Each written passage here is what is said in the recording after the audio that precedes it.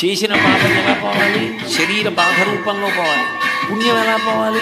శరీరానికి కలిగిన సుఖం రూపంలో పోవాలి. పాపపుణ్యములను రెండింటినీ అనుభవించడానికి భగవంతుడు ఇచ్చినటువంటి ఒక ఉపకరణం ఈ శరీరం. దీనితోటే మళ్ళీ ధర్మం చెయ్యాలి, పుణ్యం చెయ్యాలి, మంచి పనులు చెయ్యాలి, మంచి మాటలు చెప్పాలి.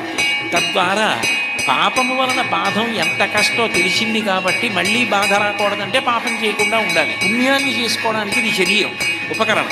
అందుకు కాళిదాస మహాకవి శరీరమాద్యంకులు ధర్మ సాధనం అంటాడు. ధర్మం చేయడానికి ఇది సాధనం. అది తెలుసుకుని ప్రవర్తించాలి. లేకపోతే దీంతో పాపం చేసి దుఃఖం వద్దంటే ఎలా మారుతుంది? కల్మషభూయిష్టమైన ఆహారం తిని ఆరోగ్యంగా ఉండాలంటే ఎట్లా ఉంటాం? పరిశుద్ధమైన ఆహారం తింటే ఆరోగ్యంగా ఉంటాం. అట్లాగే మంచి కర్మలు చేస్తే మంచి ఫలితాలు వస్తాయి, చెడ్డ కర్మలు చేస్తే చెడ్డ ఫలితాలు వస్తాయి. మీకు మంచి ఫలితాలు కావాలనుకుంటే చెడ్డ కర్మలు చేయకుండా ఉండడం ఒక్కటే లోకంలో పరిష్కారం అవుతుంది. సృష్టికి